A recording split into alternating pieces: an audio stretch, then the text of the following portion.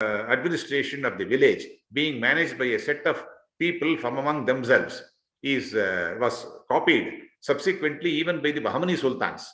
And because they were all neighbors to Vijayanagar, so they copied it and they gave the name as Bara Baluti system. Bara is, as you all know, Bara is 12 people. 12. Number 12 is Bara. So Bara Baluti, they called it as a Bara Baluti system. And the Bara Baluti system, it was the brainchild of Madhavacharya as the chief minister. Then he goes on to say in his Parashara Madhaviya, he prescribes that the king has to ensure two things. Because, see, to quote the same text, he says, Bhayam tasam vedha prapadyate. For people who are under the protection of the king, who are the subjects of his kingdom, the king has to take care from two aspects. Vedha prapadyate. One is, he says, Chora vyagradibhyaha. That is, the wild animals may come into they may stray into the city or the village.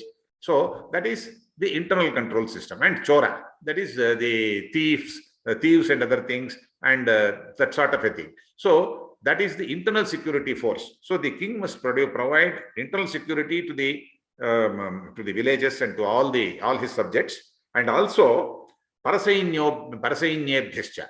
So there may be attack from the external agencies like the neighboring kings and others. So para means the enemy's army, parasainya. So he says the protection to be provided by the king consists of both the things, the internal security and the external security.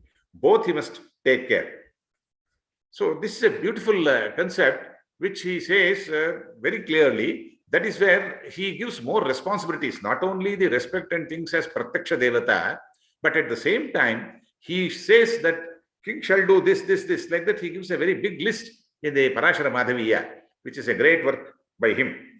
See, one thing is, whatever the books he wrote, he gave the title as Madhaviya. So Parashara Madhaviya is one where he has taken the main subject, main aspects from Parashara Smriti.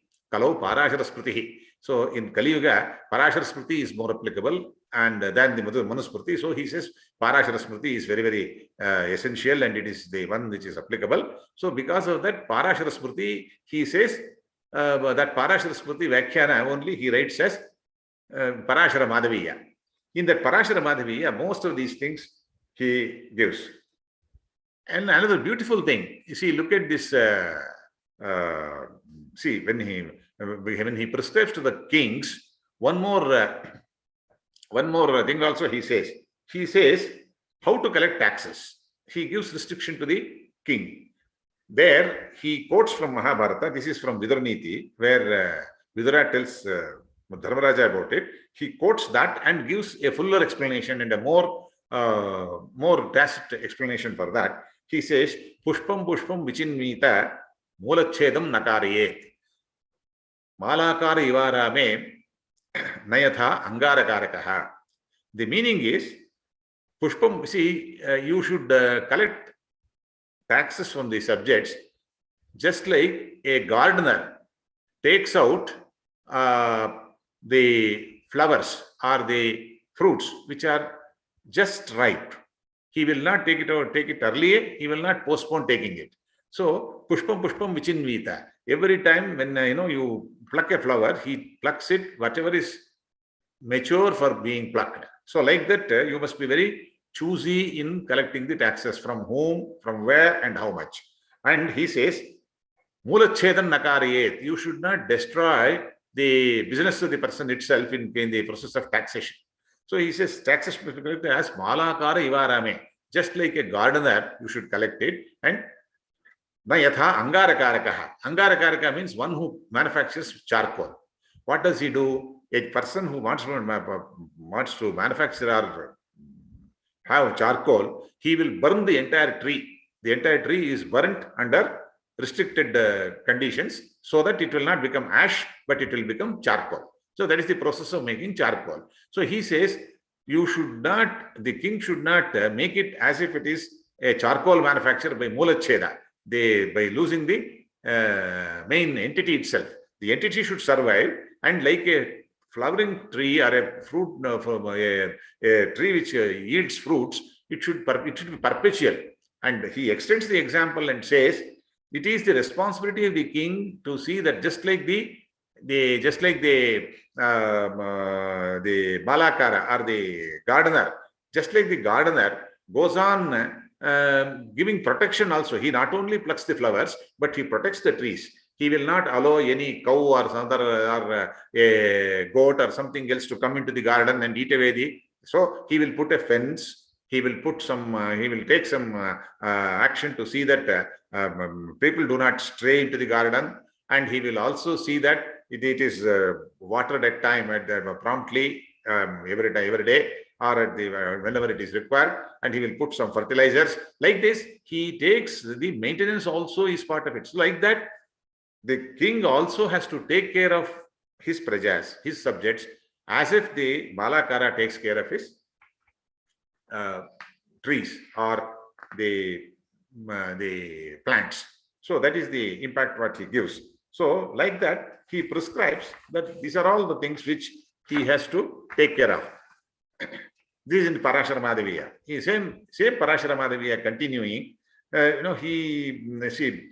He also gives the responsibility of maintaining peace and tranquility in the entire region.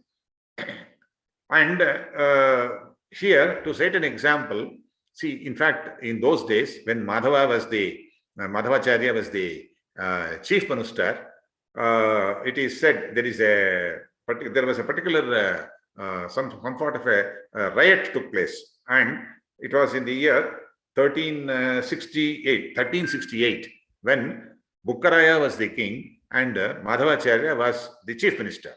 At that point of time, there was a big fight between Jains and the Sri Vaishnavites. So Sri Vaishnavites were basically Hindus of the Vaidika Matha. They are very, very Vaidika Matha. They depended on the Vedas and its interpretation, etc. Whereas Jainism is supposed to be an Avaidika Matha. That is outside the Vedic realm. In spite of it, it is really to the credit of Bukkaraya, under the guidance of Madhavacharya, that he called for a special committee. He constitutes a special committee of which everybody is, all the dispute is examined by the special committee, and they submit a report. And then, based on that, Bukkaraya decides the case in the open court, where definitely Madhava also, as the Maha Amatya or the chief minister, was a participant, and it was all sorted out, and both parties were asked to get compromised, and the judgment was in favor of the Jains. It was not in favor of the Sri Vaishnavites. So this shows how really Madhavacharya, who later on became Vidyaranya, was really secular in his approach. He did not want to side anybody. He did not want to give undue favor to somebody else. So he said, no, we see whatever is correct, we will take that stand. Like that, it was Bukkaraya's secularism. So this is what Vidyaranya taught him, or Madhavacharya taught him. Then Madhavacharya also gave the official emblem, or the royal emblem. He formulated the royal emblem for the Vijayanagara Empire. And do you know what is it? It is the Varaha, Bhuvaraha, the Varaha taking up lifting the Bhumi, or the lifting of the earth. As all of us know, this story of Hiranyaksha, who took away the Bhudevi, and he wanted to put it into the sea and all that. So this comes in Bhagavata also, it comes in Vishnu Purana, everywhere we are aware of it. So this Bhuvaraha, Krishnena Shatabahuna, even the Taittiriya Upanishad says, see, the entire world, the entire earth was supposed to get submerged in the sea, in the deep seas. At that point of time, Mahavishnu appears as a Bhuvaraha and supports the Bhumi and brings it up. So that means, say, when you are about to drown, when it was about to get drowned, somebody rescued. So this significantly, he says the Vijayanagar Empire is playing the part of Bhuvaraha Swami. Just as the Varaha lifted the earth and saved it from its destruction, like that the Sanatana Dharma is saved by destroying the opponents and it is lifted up. So that is the significance of the Bhuvaraha as the royal emblem. At the same time, he had he had perhaps, some of the scholars have also commented. I do not know how exactly it suits, but anyway, some scholars have commented that his this symbol of Varaha is also a significant. It has also some significance as something opposite to the Muslims. That also they say that, but I do not know how exactly it can be said so. But whatever it may be, that's also one view. And to be very clear, the Varaha Bhuvaraha is not the first time it came. It was earlier the insignia or the royal logo of even that is the Dhwaja. Even on their flag, they carried Varaha Dhwaja. Even the Guptas carried it, and Chalukyas also carried it. And Madhavacharya revived it and made. If you really look at even the coins of that age, that is our the Vijayanagar age. You see on one side this Viraha, and with sun and moon. That means to say for all time to come. So without any limitation of time, this has to survive, and with a khadga and all that. So there are lots of significances given, but the design was provided for that the royal flag as well as for the royal emblem by Madhavacharya only. And at the same time, he knew that a king should not be partisan in his approach, and he has to take care of all the people. So that's why what he did was, he made, of course, even Sangama brothers also had the same, this one earlier. So their family deity was Pampapati Virupaksha, that is the Shaivite god, or the Shiva himself. Pampapati Virupaksha is Shiva, Lord Shiva. Lord Shiva is their family deity, Kuladaiva, whereas the Rajalanchana is Bhuvaraha, which is a Vaishnavite symbol. So that is how he established to the world that the king is secular in his approach. He is neither a Vaishnavite nor a Vaishnavite, and there should be no question of any tussle and fights between these two people.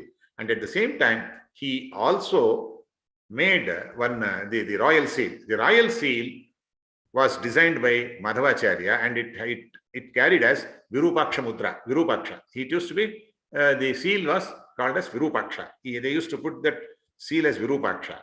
So that means to say, you see, even today, normally, even in Thiruvananthapuram and other places, the kings, they call themselves as Padmanabha Dasa.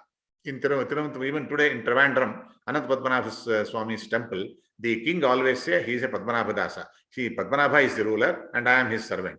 This particular concept, today it is here, but long back, almost in 1300s and in the 14th century itself, Madhavacharya brought it alive, and he made the king to feel that he is nothing but Virupaksha's servant, executing his orders for the welfare of all people. So that Virupaksha Mudra also was designed by him. Incidentally, it was Madhavacharya, after he became Vidyaranya and became a pontiff in our Sringeri Mutt.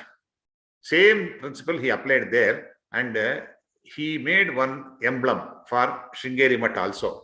That is called as Sri Vidya Shankara.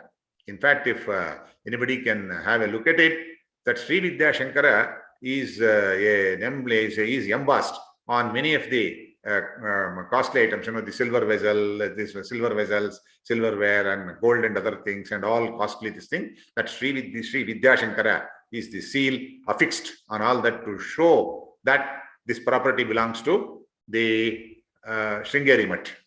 So to establish that everything, this embossing of this symbol, the embossing of this seal of Sri Vidya Shankara, he brought into practice even in the Mutt, in the Sringeri Mutt, extending his own experience in the kingdom of with Vijayanagar.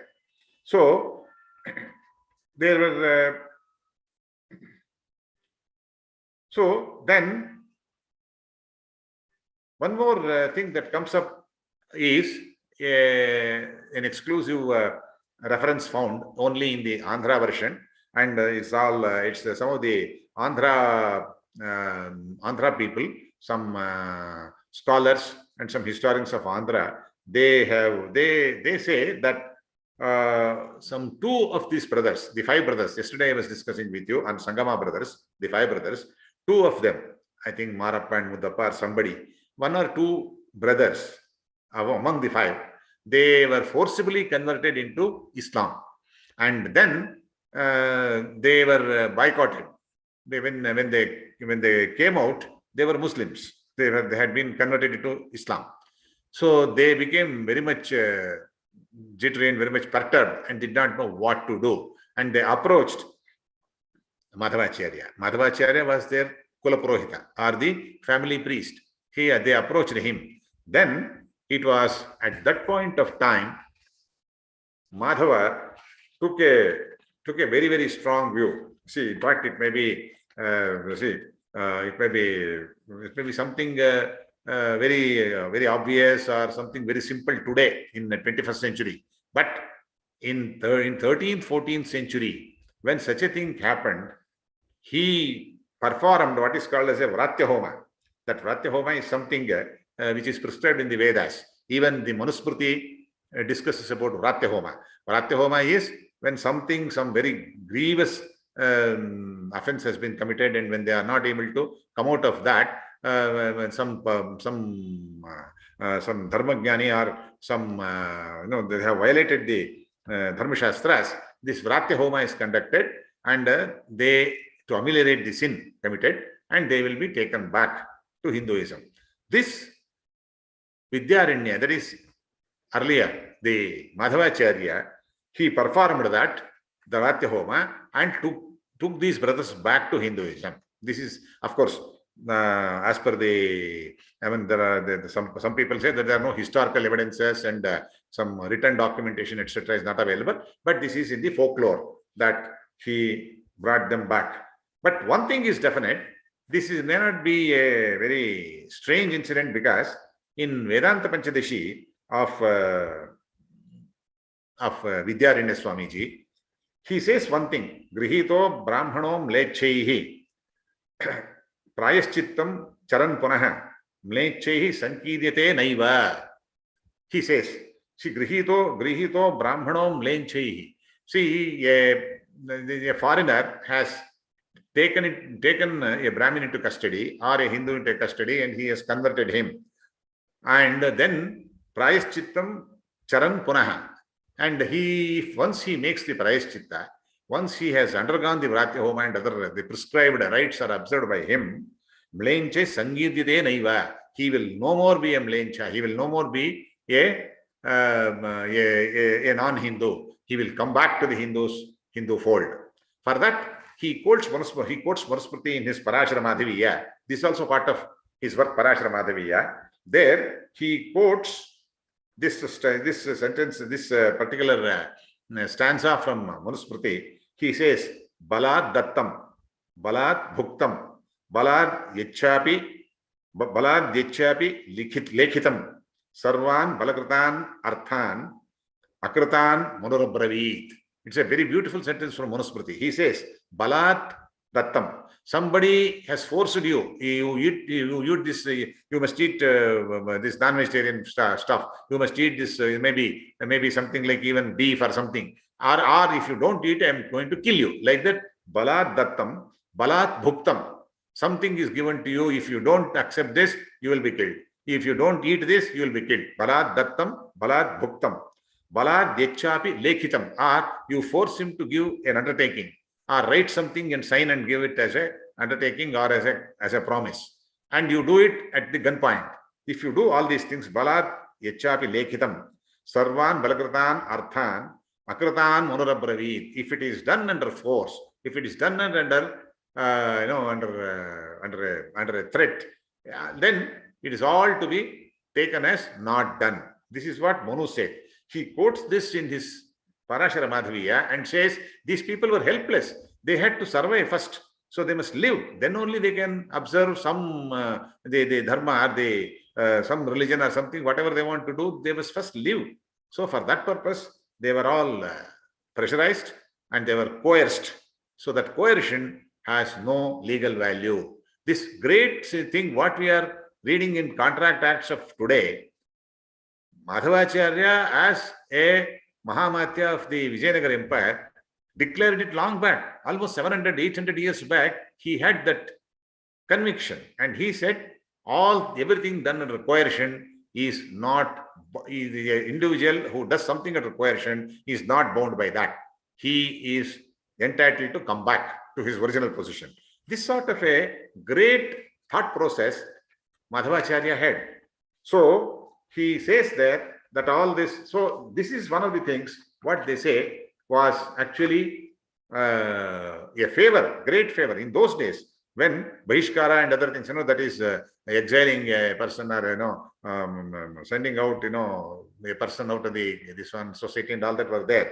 In the Bahishkara age, Madhavacharya was magnanimous that without violating the Dharma Shastras, he provided an opportunity for people to come back. Today, we are calling it as Gharvapsi and so many other things we are telling. This Gharvapsi sort of a thing, he did it almost 700 years back. He took back people from that. So these are all the things what he exactly, his contributions to the statesman, as a statesman, as an administrator, he could ensure all these things. And as a strategic, this one, as a strategist, he was the chief minister. After all, chief minister is very much responsible for all the decisions of the king. He is with the king. Of course, all the epigraphies or the Shila Shasanas, the stone inscriptions and pattas and other things, they will all mention only the king's name. After all, it doesn't mean that the king alone did it. So Madhava, because after all the king Bukkaraya was so devoted to Madhavacharya, he would not take even one step without the advice and approval of Madhavacharya. So all these things he did, and it was in the year 1358 when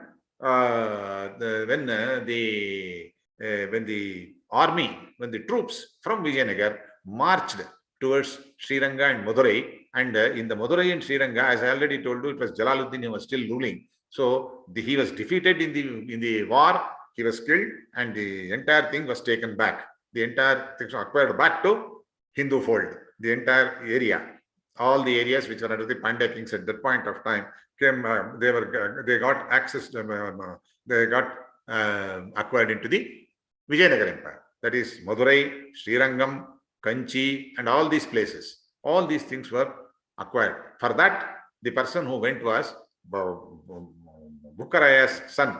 He was called as Kempana.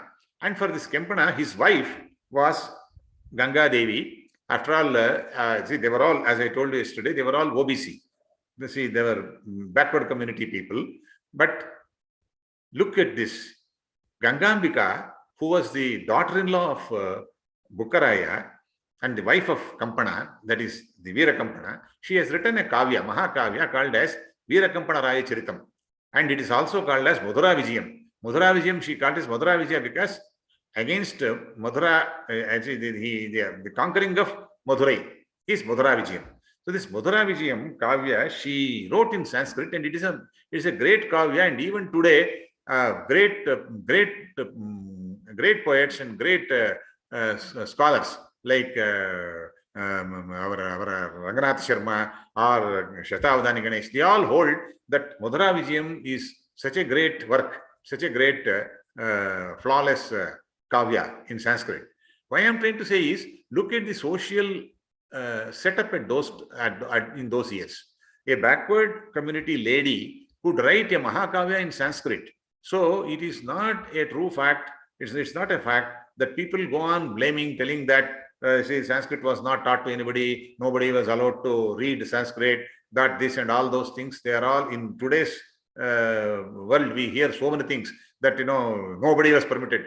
Yes, the restrictions were there only for recitation of Vedas, but nothing, no restriction was there for learning of Sanskrit or using them.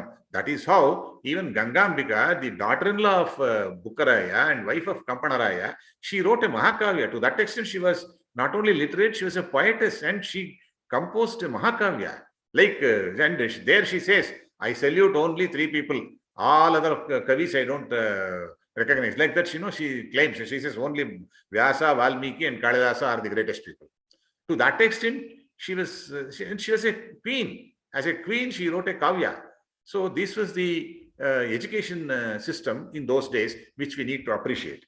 And this entire thing, in the 1358, all these things were done. That is to say, from 1345, when the Vijayanagar was in full swing, was established, and it became a one independent, distinct entity. From then up to 1358, so 1345 to 1358, about 15 years, they prepared well, and they saw that they don't lose anything. And after due preparation and as a strategic measure, after taking pros and cons into consideration, the attack was done. The army marched, and they were successful in the war. So this shows the statesmanship of Madhavacharya, who was the chief minister at that point of time in Vijayanagar. And with Veerakampana was one Goppanarya. He was also a Brahmin and a commander-in-chief of this one of this one, and he was mainly responsible for the for getting Srirangam back. So that is how that Goppanarya, in fact, Vedanta Deshikar, he was very much alive at that point of time, and he says Goppanarya, he compares Goppanarya to Chaturmukha Brahma, because it is Chaturmukha Brahma who first worshipped Ranganatha and brought the idol. And after that, when Ranganatha himself had to go for exile from Srirangam, he went out. He was in Satyamangala and other places, and this Goppanarya has replayed the role of Chaturmukha Brahma and brought back Mahavishnu into Sriranga Kshetra. To that extent, Vedanta Deshikar had no hesitation to give credit to the persons who are responsible for defeating the Muslim kings and being able to provide a proper atmosphere, proper atmosphere where the rituals could be carried on, and Ranganatha was re-established in the temple. So here, one small thing I would like to mention is there are some disturbing notes are also there, where some people say that Vidyaranya invited. See, some people say that Vidyaranya and Vedanta Deshikar were classmates. It has been proved now that Vidyaranya was not a classmate of Vedanta Deshikar, Venkatanathacharya, but he was a contemporary, but a junior contemporary, about 30 years, almost 30 years junior to Vedanta Deshikar. But in spite of all this, and one story goes that he extended invitation to Vedanta Deshikar to come and occupy the Asthana Vidwan post in Bukkaraya's this one, Vijayanagar. And Vedanta Deshikar said, no, I don't want to serve any human being. I'm only for Ranganatha. And he wrote Vairagya Panchaka and all that he said. But most of the scholarly people hold the view that this is not true, and it is only some Vairagya Panchaka itself may not be that of Vedanta Deshikar. It may not be a work of Vedanta Deshikar. Even if it is so, Vedanta Deshikar, who without any hesitation praised Goppanarya, who was a commandant who worked under the directions of Vijayanagar, if he can praise him and tell that he is like Chaturmukha Brahma coming back, then definitely such a great personality who expressed his gratitude because of Sriranga, because of the vanquishing of the foreign rule in Srirangam and bringing back the Ranganatha idol, he would never hesitate to give some credence and some respect to Bukkaraya. So all these are all things, unfortunately, these are all the things which spoil our atmosphere. Anyway, then similarly, there was then what we need to now understand one more thing is how exactly these. I would like to say something about the other brothers also. The other brothers of, so these were all his contributions for the statesmanship, and there were many works which Vidyaranya authored. Some of them were as Madhavacharya, and some other works were as Vidyaranya. The same person, but the position was different. One as a grihastha, one as a sannyasi. His works as a grihastha, when he was in the grihastha he wrote Kala Madhaviya, Madhaviya Dhatuvritti. Kala Madhaviya is about Jyotisha and other aspects, and Madhaviya Dhatuvritti. Madhaviya Dhatuvritti is a text on grammar. It is such a great, this one, scholars have praised Madhaviya Dhatuvritti so much that the subsequent great grammarians, whether it is Bhattoji Dikshita or Nagesha Bhatta or whoever it is, all these great grammarians who came later in the later years, they quote whatever Madhavacharya has told in Dhatuvritti as in support of their arguments, and they say because Madhava has said, we also follow that. To that extent, he became a reference point. To that extent, he had mastered grammar, and he has written a book on grammar, what is called as Madhaviya Dhatuvritti. Then he also wrote Parashara Madhaviya, which dealt with the Dharmashastra aspects, or the Achara and Vyavahara. There are two things. One is Achara, another Vyavahara. Achara is something which you have to do for the sake of self-enrichment. Self-enrichment means is not getting money. It is Atmonnati, or it is you are gaining more knowledge for self-improvement. That is the one. So, without any consideration for any external returns, whatever you do is achara. See, you do something only to get yourself enlightened, only to see that you become a more enlightened individual. So, that is Atmonnati. And you are not expecting any return. You don't want any money or anything back. So, that is where achara comes. Vyavahara means within the framework of rules and law, you are working for getting some worldly benefit also. That is called as Vyavahara. And curiously, except for one or two stanzas, Parashara Smriti does not deal with Vyavahara. It only, and there is two more things. Achara, Vyavahara, Prayaschitta and Danda. Prayaschitta is something what you do to ameliorate a sin committed by you. You realize that you did some mistake, and you do, maybe doing some upasam, or not taking food for 2 days, or you go to Kashi and have a bath in Ganga, something. These are all called as Prayaschitta. That is, you are yourself clear that what you did was wrong, and you want to ameliorate that sin. That is called as Prayaschitta. Danda is where you are not getting, you are not feeling guilty at all. So somebody else externally will punish you, like a king or a guru or somebody will say, no, you have to do this. Like that, you are punished. So that punishment is danda. Prayaschitta is amelioration. You do on your own. So in Parashara Smriti, lots of things are dealt with for Prayaschitta and Achara. And Vyavahara is only one or two stanzas. But taking cue from there, Madhaviya, he wrote one more book called as Vyavahara Madhaviya. Parashara Madhaviya was a Vyakhyana, whereas Vyavahara Madhaviya was an independent work. Taking cue from there, he explains what are all the Vyavaharas there. In fact, I would like to say that there are so many things. He deals with the widow remarriage. He says it is permitted. She can get remarried. All these things, I think I would like today. I have some other thing in the agenda. Maybe I will be able to explain it to you in the tomorrow's session. So, Vyavahara Madhaviya. Then he also wrote Driddashi Viveka. That was another book what he wrote. Then Jaimini Nyayamala Vistara. So that was on the Nyaya Shastra, he wrote that. Then he also wrote Vaiyasika Nyayamala Vistara and Aparokshanubhuti. These are all Aparokshanubhuti, Tika. All these were the works written by him as Madhavacharya. And after he became a sannyasin and he became Vidyaranya Swamiji, he wrote Anubhuti Prakasha, which consists of some commentary on about 12 Upanishads.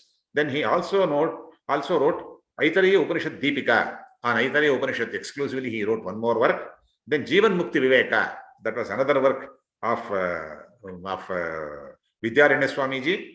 He also wrote Vedanta Panchadashi, the greatest work, the people say when all scholars unequivocally say that if you want to understand Advaita philosophy, you have to read Panchadashi. Unless you read Panchadashi, you cannot understand anything clearly in Advaita philosophy. Such a landmark book was Vedanta Panchadashi, what he wrote. Then Brihadaranyaka Bhashya Vartika Sara. Brihadaranyaka Bhashya Vartika was written by Sureshwaracharya, the first pontiff after Shankara Bhagavad Pada. He is the first sannyasin of Sharada Matha, Sringeri Matha. He is Sureshwaracharya. That Sureshwaracharya wrote this book, Brihadaranyaka Bhashya Vartika. Brihadaranyaka Bhashya was written by Bhagavad Pada, and Vartika on that was written by Vartikacharya, or what you call as the Sureshwaracharya, and he condensed it and made it into an abridged edition, Vartika's Vartika Sara. That was again by Vidyaranya Swamiji. Vivarana Prameya Sangraha, again by Vidyaranya Swamiji. And then he also, he is said to have written Sarvadarshana Sangraha, one book, and Sarvadarshana Sangraha, the Shaddarshanas of Indian philosophy. He wrote a book on Shaddarsshana Sangraha, so that's Sarvadarshana Sangraha, and also Madhaviya Shankara Vijaya. But many of the scholars, they do not agree that these two books were from Vidyaranya or from Madhavacharya also. Though the Madhaviya Shankara Vijaya is called as Madhaviya Shankara Vijaya, they attribute this to another Madhava Bhatta or Madhavacharya. He is called as Angirasa Madhava. He is from Angirasa Gotra. He is Bharadwaja Madhava. He is Angirasa Madhava. And he wrote that is the popular version. It is not from this Madhavacharya, who later on became Vidyaranya. Similarly, Sarvadarshana Sangraha also is not his, like that people say. But anyway, you look at the volume of work what he has done, both which is relevant to the mundane society and which is very, very relevant for the philosophical world. Both the things, he was adapted both. So he was able to do justice to both the worlds, the mundane world as well as the philosophical concepts and philosophical thoughts. So his brothers, they were also the same metal. They were not in any way less accomplished. In fact, his immediate brother, Sayanacharya, about whom we were all discussing in the yesterday's this one, Sayanacharya, he wrote many books. In fact, he wrote on virtually on every subject, you can say. And the indication is, whatever Sayanacharya wrote, he called that book as Sudhanidhi. If he puts it Sudhanidhi, that is Sayana's work. If it comes as Madhaviya, it is Madhavacharya's work. Sayanacharya's works were Yajnatantra Sudhanidhi, that is how to conduct yajnas and yagas. He wrote on Yajnatantra Sudhanidhi. Then he also wrote one more book, Parayaschitta Sudhanidhi, how to get rid of sins which you commit in observing Achara. So Parayaschitta Sudhanidhi. Then he also wrote Ayurveda Sudhanidhi. He wrote a book on Ayurveda, how to manufacture, how to prepare drugs, and how to take care of your health. That Ayurveda Sudhanidhi also he only wrote. Then Purushartha Sudhanidhi, how to achieve the four Purusharthas, Dharma, Artha, Kama, Moksha, how they are relevant for us, and how to balance each other in order to have a full-fledged human life and a fully fruitful human life.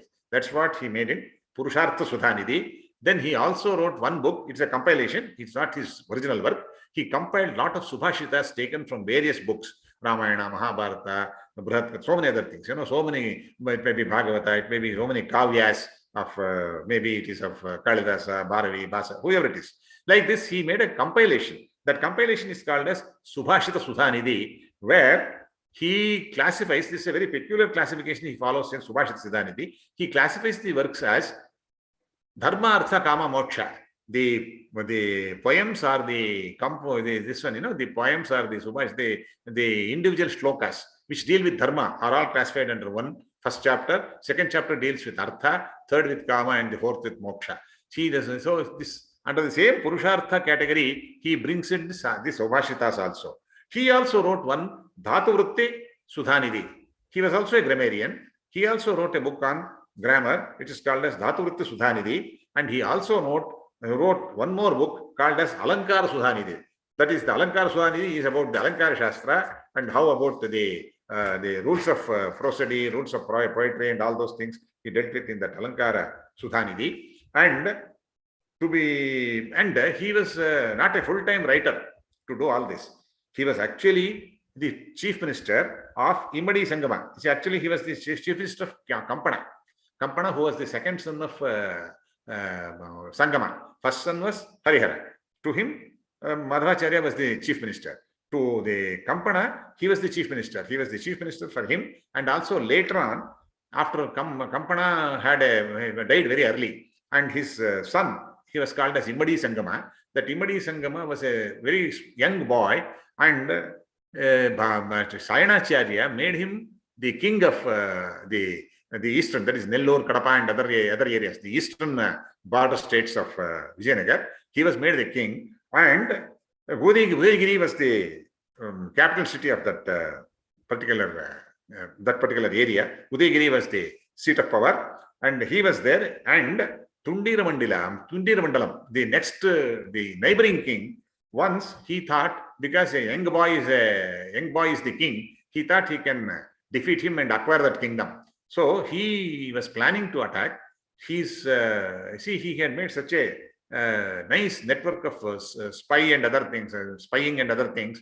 She got the information, and it is said, it is recorded even in the epigraphies, in the Shilashasanas, that Sayanacharya took a sword and he fought literally and physically he fought the war. He became the commander-in-chief because he was a young boy. The young boy could not go to the war field. So he took the advanced step. Sayanacharya led the entire army as a chief of the army and attacked Garudanagaram. Garudanagaram was the capital city of Champaraya, that is Tundiramandalam. He went there, defeated Champaraya in the war, and then took him he arrested him, took him as a prisoner, war prisoner, brought him to Udayagiri, and then he said that the king has excused you. You can be a subordinate king, a Samantaraja, a subordinate king. You can continue to be a ruler of your country. We don't mind, your land, your area, but you should be bound by the orders of the king of Vijayanagar. Like that, he was made a subordinate king, and he won the war. So this is where the Shilashasanas say, Tyage bhoge tathachare ahaveshu haveshu cha sayanarya samo loke sayanaryo nasamshayaha. It said whether he goes to the war field or whether he goes to the Yajnashala, Sayana's word is the last sentence. In an Yajna, if he says, no, this should not be done like this, it should be done like this, means that is the end of it. That is so, he became the magnum opus of these brothers, Sayana Madhava, these two brothers. The magnum opus of their contribution is Vedartha Prakasha. They wrote a great commentary on all the four Vedas and the Shadangas also. And word by word meaning they have given, and they have given. That's the greatest contribution. Till then, they were all in bits and pieces, some portions, and they all did only on their Swashaka. Some scholars wrote on their own, some portion on Yajurveda, some person on Rigveda, and only a portion of it and all that. In its entirety, all the four Vedas were taken together, and all the four Vedas were the commentary was prepared only by these two brothers, Sayana and Madhava. Sayana Madhava, they worked on this and they did that. In fact, yesterday I was telling you, at one point of time when Harihara died, he was summoned back. He was in a North Indian tour. Madhavacharya had gone on a North Indian tour, and he was summoned back, and he came back and he ensured that Harihara ascended the throne. At that point in time, when he was in that area in the northern India, that was the time when Madhavacharya collected lot of biodata of lot of great scholars. And after he came back to Vijayanagar, he sent invitations to all of them, brought all those great scholars, Vedic scholars from Kashi and from Bengal and from Punjab and so many other states. They were all brought, and they were settled somewhere around this Vijayanagar empire, and some people even in Sringeri. They were all given vritti. Vritti means something to depend upon for their life. So they were given some land, they were given the houses, and land means not only for this one. It was gifted to them through Bukkaraya. It was all given to them, and it was made that the ownership will be with them for generations. It was all given as a vritti. It was called as vritti. Vritti means something to depend upon. So that vrittis were created and it was all given to all these scholars, and they were all made part of the effort to prepare Vedarthas Prakasha. The commentary on Vedas, see, it's not one man's work. It was, in fact, Sayana Madhava, they were the people who took the initiative, who provided the leadership. But the work was executed by a very big battery of scholars. It was a very big assembly of scholars who worked on this. But the final output was blessed by these two people. They went through everything, every word by word. They have examined and all that, and they have studied, and finally they gave a final shape to this entire thing, the entire effort. So Madhavasayanas, they were something like an editorial board for which a great assembly of scholars worked day in, day out to produce the greatest work called as the Vedartha Prakasha. That is the magnum opus of these two brothers, Sayana Madhava. So, and that's where he said, Sayanasya samo nasti ahaveshu haveshu cha. Whether it is ahava. Ahava means war. War is ahava. In Sanskrit, ahava means war. Haveshu. Hava means it is yajna. So whether it is a war field or it is yajna, in both the places, whatever Sayana says, his word is last. Nobody can excel him. So this he proved when he conquered the Tundira Mandalam king Champaraya, which has been already recorded, is a recorded fact in the history. So look at the veracity, look at the great achievement. See, a person who is a great Vedic scholar is also a great warrior, just like what we read about Parashurama. So, Agratas Chitro Vedaha Prishtatha Sasharam Dhanuho Idam Brahmam Idam Kshatram Shapadapi Sharadapi is what is told about him. So, you see, if you come to the Brahmanical works, I am so perfect. If you come to war, I am so perfect. That was the capability of Sayanacharya, and that Sayana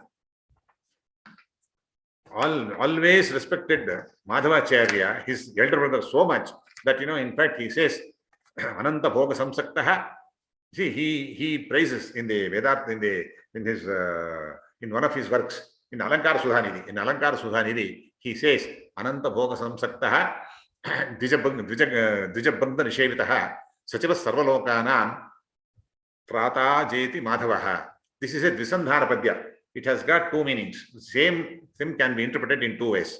He says, Ananta Bhoga Samsaktaha, Nanantaschasmi Naganam. The great serpent is called as Ananta. So Ananta Bhoga Samsaktaha. This Ananta Sarpa, Ananta Naga is providing a bed for Mahavishnu. Madhava. Madhava is Mahavishnu. For him, this Ananta Naga is Ananta Bhoga Samsaktaha.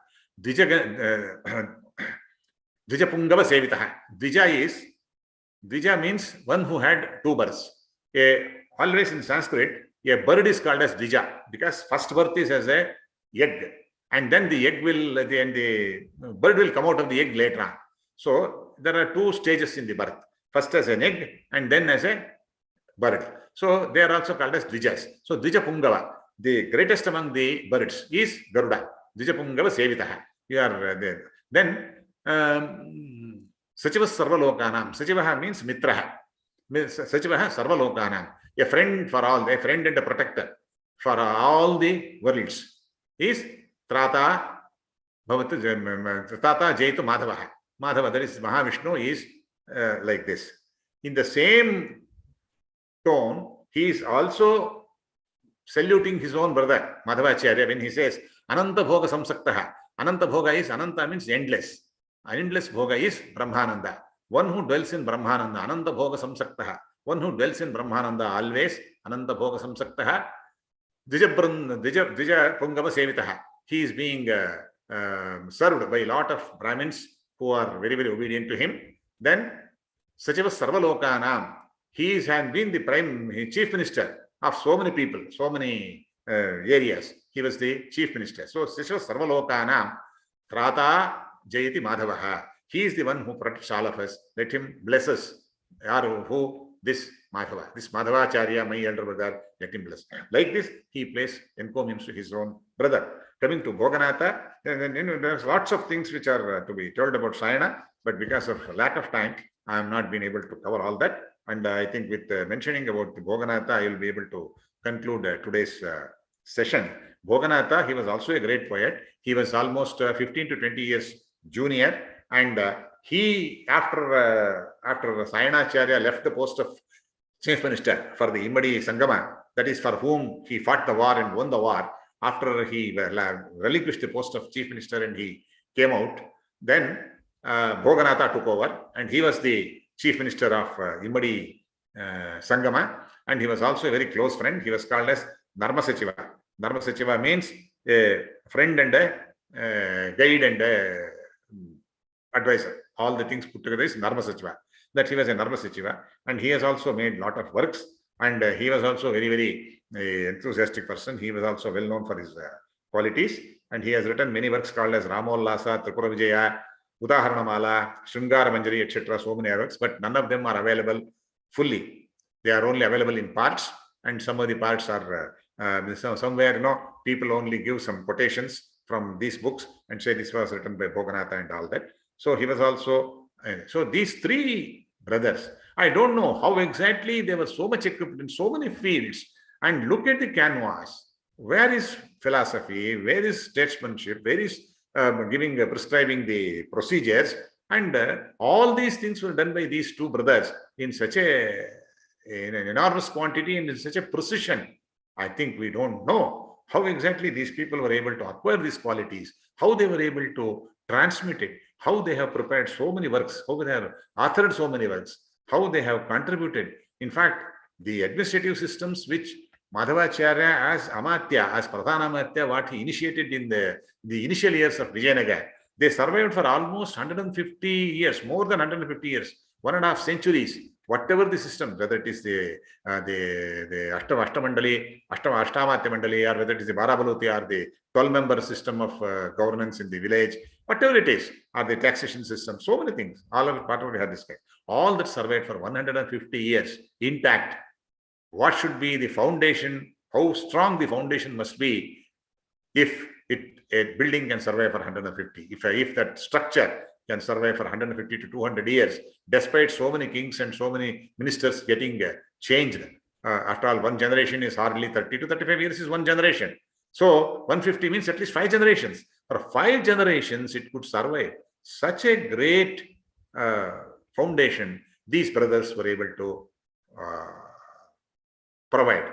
What a great contribution to our culture, our statesmanship, and all that by these two people. I think tomorrow I'll be dealing more with Vyavahara Madhaviya and other works. I will not be able to do justice to all his works because they are great works, each of them requiring months of understanding and study. And it will be, I think it will be, I'll be arrogating myself if I say I'll be able to provide some, even insights cannot be given. Perhaps in the time what we have, we can only mention the caption of these great works, what has been authored by these great brothers, Madhavacharya and Sayanacharya. So with these few words, I think I will, Madam, I can close it today. Hello? Hello? Madam, you are there?